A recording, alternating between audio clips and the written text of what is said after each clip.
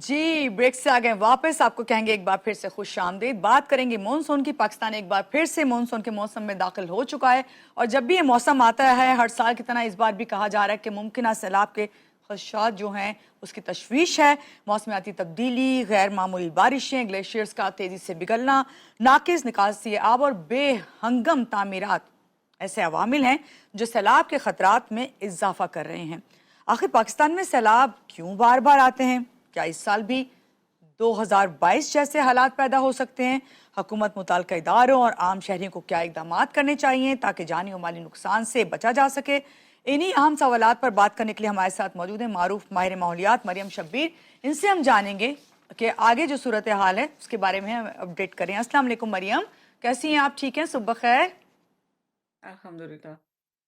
मरियम, सबसे पहले तो ये बताइए, क्या वाकई 2026 में पाकिस्तान को बड़े सैलाब का खतरा है या ये सिर्फ खदशात ही हैं?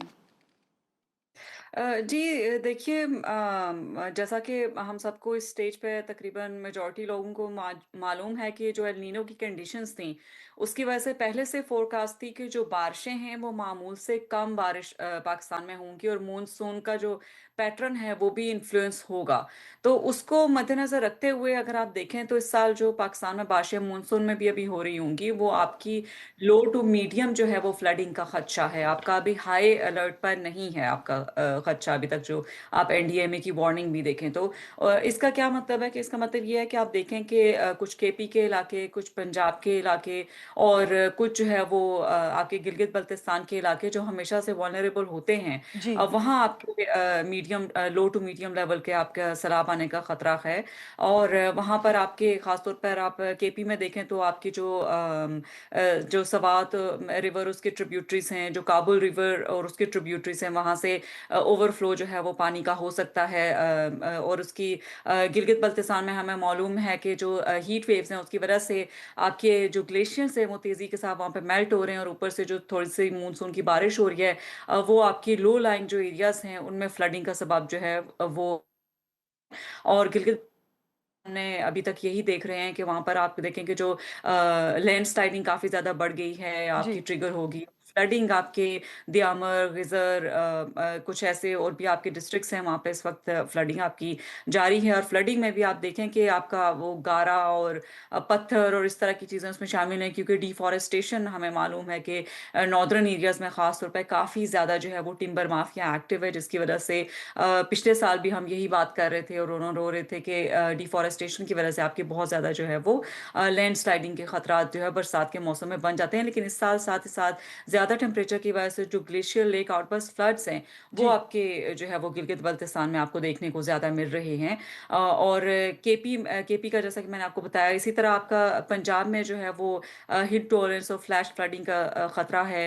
और जो राजनपुर और मुजफ्फरगढ़ जैसे इलाके जो हमेशा से आपके वॉलरेबल होते हैं, जो नालों के इर्द गिर्द आपके इलाके हैं, अगर उनकी सफाई नहीं हुई और आबादियां उनके इर्द गिर्द हैं तो ओवरफ्लो उसमें बारिश की वजह से होगा, तो आपकी फ्लडिंग होगी। और इस्लामाबाद, रावलपिंडी में भी, आपकी कराची में भी अर्बन फ्लडिंग के वाकयात आपके देखने को मिलेंगे। साथ ही साथ तूफान जी। की फोरकास्ट भी है, जिसकी वजह से आपके जो बड़े बड़े बिल बोर्ड्स और इस तरह की जो चीजें हैं वो आपकी नुकसान का सबब बन सकती हैं शहरों में भी।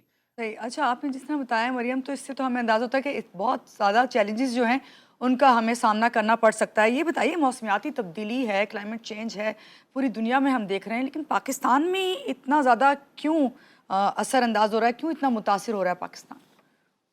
देखिए पाकिस्तान का जिस तरह का टेरेन है और जिस तरह की जियोग्राफिक लोकेशन है, जी। उसकी वजह से आप देखें कि मल्टीपल किस्म के क्लाइमेट एक्सट्रीम्स का सामना करना पड़ता है। आप नॉर्दर्न एरियाज की तरफ देखें तो वहाँ पे हमारे ग्लेशियर्स हैं, जो कि बहुत तेज़ी के साथ जो है वो पिघल रहे हैं जी। ग्लोबल मिशंस की वजह से।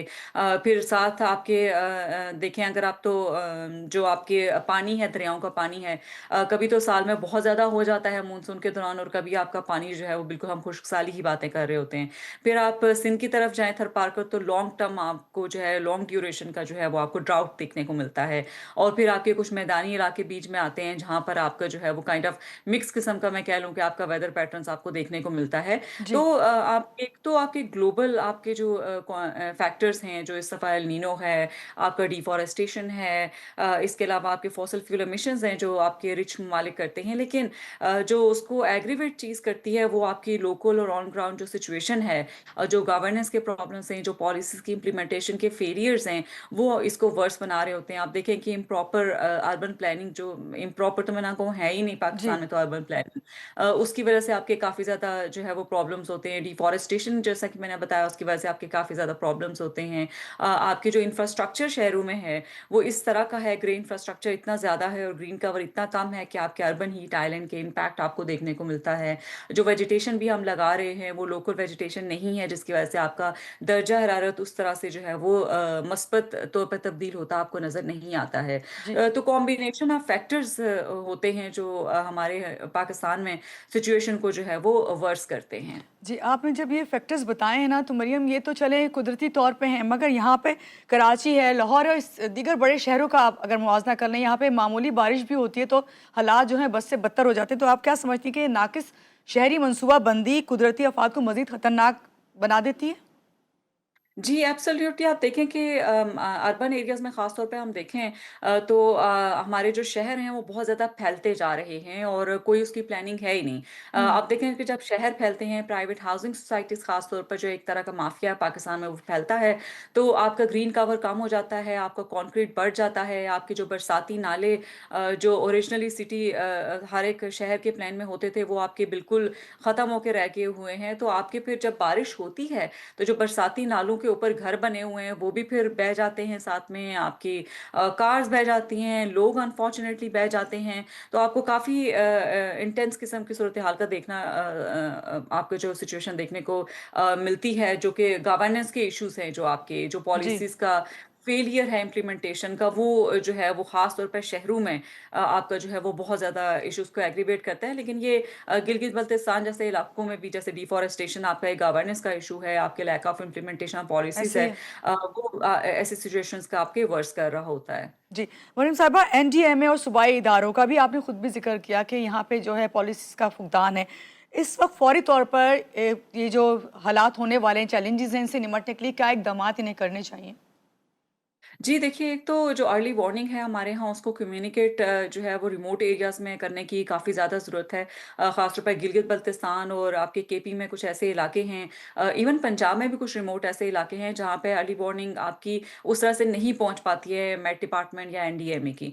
वहाँ पहुँचाना ज़रूरी है ताकि लोग जो है वो वहाँ से निकल सकें। लेकिन साथ ही साथ ये बताना भी ज़रूरी है कि जो टेम्परेरी शेल्टर्स अगर गवर्नमेंट्स ने कोई कहीं रखे हुए हैं, तो उसकी इन्फॉर्मेशन पहुँचाना लोगों तक बड़ा ज़रूरी है, जो ख़ास तौर पे वल्नरेबल एरियाज़ या हॉट स्पॉट्स में हैं, ताकि लोग एटलीस्ट अपनी जानें और अपने मवेशी वगैरह को, या जो ज़रूरी डॉक्यूमेंटेशन उनकी है जो सैलाब में ना बह जाएँ, वो लेके महफूज़ मकामात पर चले जाया करें। लेकिन साथ ही साथ किसानों को ट्रेन करना बड़ा ज़रूरी है, उनकी इंश्योरेंस उनको देना बड़ा ज़रूरी है, क्योंकि अगर किसान बार-बार आपका मुतासिर होता रहेगा, जो आपकी जीडीपी में बहुत ज़्यादा कंट्रीब्यूट कर रहा है, तो आपको काफ़ी ज़्यादा आपकी इकोनॉमी को अल्टीमेटली और फूड सिक्योरिटी के इश्यूज़ आपके देखने को मिलेंगे।